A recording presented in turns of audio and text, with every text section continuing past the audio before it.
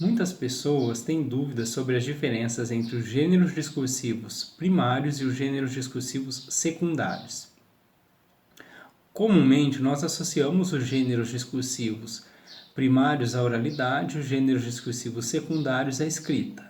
Mas nem todo gênero da oralidade é primário e nem todo gênero da escrita é secundário. Para entender bem essa diferença, é preciso lembrar que o Bakhtin fala que os gêneros discursivos primários são aqueles criados na situação da comunicação discursiva imediata. Eles possuem forte vínculo imediato com a situação da realidade concreta. O que isso quer dizer? Que esses gêneros eles são fortemente ligados ao tempo e ao espaço em que eles são concretizados, em que eles acontecem, em que eles são enunciados. Exemplos podem esclarecer. Vamos supor que dois amigos combinem de se encontrar em uma praça para conversar.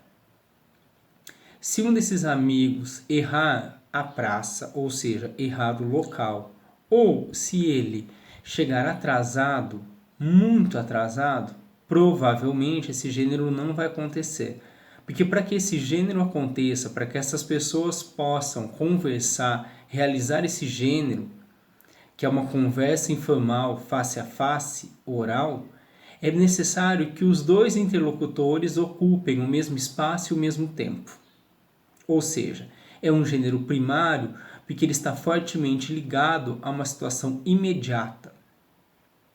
Por outro lado, os gêneros da escrita geralmente não são tão fortemente ligados a essa situação da comunicação discursiva imediata. Um romance, por exemplo, pode ter sido escrito há muitos anos e eu ainda o consigo compreender hoje.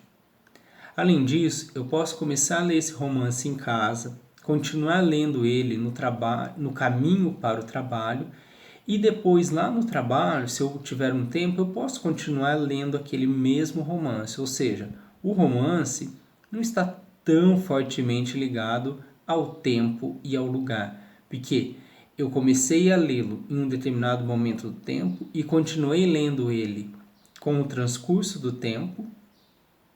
E além disso, eu o li em diversos lugares. Li em casa, li a caminho do trabalho, li no trabalho. Porém, há gêneros da escrita que são primários. Pensemos em um bilhete que um professor afixou numa porta. Nesse bilhete ele escreveu: "Hoje nossa aula será no laboratório." Para uma turma que toda sexta-feira, por exemplo, tem aula com aquele professor naquela aula, fica muito claro que o hoje se refere àquela sexta-feira e a que laboratório ele se refere. Porém, se aquele bilhete for esquecido lá, pode ser que em outro dia, talvez na segunda-feira, uma outra turma desavisada leia aquele bilhete e vá para o laboratório. Ou seja, aquele gênero ele não cumpriu exatamente os seus propósitos comunicativos. Porque quando ele foi realizado pela primeira vez, ele estava fortemente ligado ao lugar, à porta em que ele estava fixada e ao tempo, ao momento em que aqueles estudantes leriam aquele bilhete e entenderiam aquele bilhete. Por outro lado, hoje é muito comum que os gêneros da oralidade eles não estejam mais tão fortemente ligados no espaço e no tempo. Há muitos anos atrás, quando não existia qualquer registro fônico ou visual, se eu fosse a um show de música, assistir à apresentação de um cantor ou uma cantora, somente poderiam ter acesso àquele show as pessoas que lá estivessem presentes. A partir do momento em que eu consigo registrar aquilo, aquela comunicação, aquele show é gravado e ele pode ser assistido por pessoas que não estiveram naquele lugar e por pessoas que não estiveram naquele tempo.